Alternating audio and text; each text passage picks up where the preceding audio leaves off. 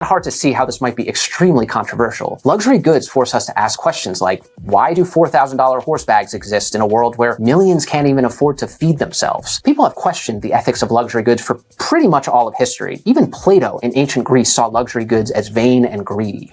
But on the other hand, luxury goods provide dignified work for skilled artisans who are passionate about their craft. It's kind of ironic that people celebrate the craftsmanship and creativity involved in making luxury goods, but often criticize the act of buying them. Hermes, the company who made this bag, rakes in billions of dollars every year. So how did we get here? Who's buying these $4,000 horse purses? And more importantly, why are they willing to pay so much for them? To answer these questions, we need to understand one fundamental truth about luxury. It isn't just about price. Just because something is expensive doesn't make it luxury. A rare collectible Pokemon card is expensive, but it's not luxury. Balenciaga sells these $3,000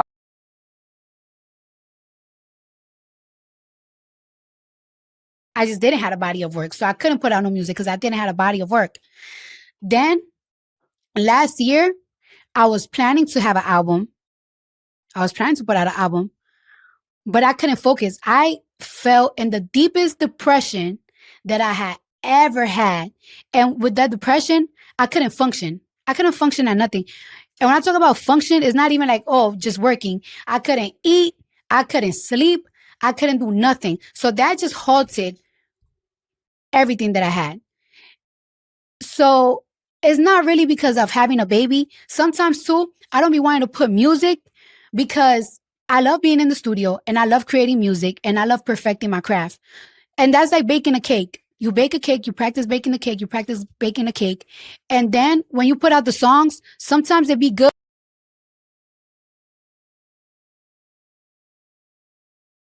To whiten your skin, they would use white makeup, but if you were really dedicated to that pale life, you'd eat arsenic complexion wafers. Yes, arsenic, the thing that wound up in their wallpapers I talked about in the last video, killed thousands of them. Well, they also openly consumed it in arsenic complexion wafers, the idea being that in low doses, arsenic can limit your body's ability to produce red blood cells. You know, like a dying person.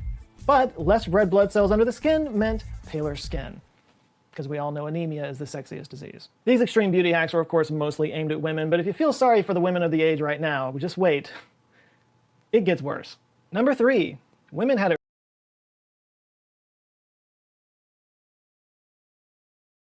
Hey, just popping in here really quick to mention today's sponsor. I want to give a big old thank you to HelloFresh for partnering with me on today's video. I love HelloFresh. If you don't know, I freaking love HelloFresh because they make cooking delicious, so easy, convenient. Oh, and they have tons of like healthy meals.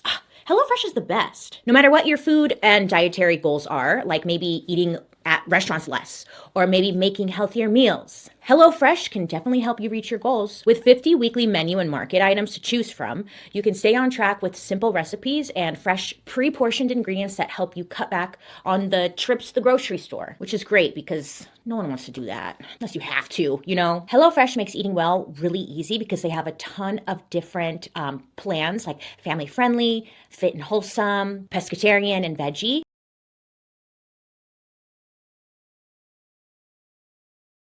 Minor outpatient surgery, accidentally perform a craniectomy on them.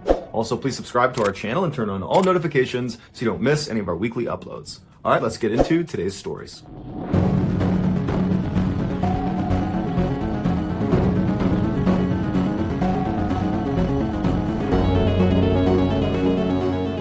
Just after midnight on June 17th, 1939, a crowd of people began to form outside of this unremarkable building in Versailles, which is a city in France. The atmosphere in this crowd was electric. They all knew why they were there. They knew what they were about to see, but even still, there was a lot of nervous anticipation. And so as such, some people were coping with these nerves by drinking alcohol and trying to laugh and have a good time, while others were much more subdued and were trying to be respectful about what they were about to witness. Between 1 and 2 a.m., the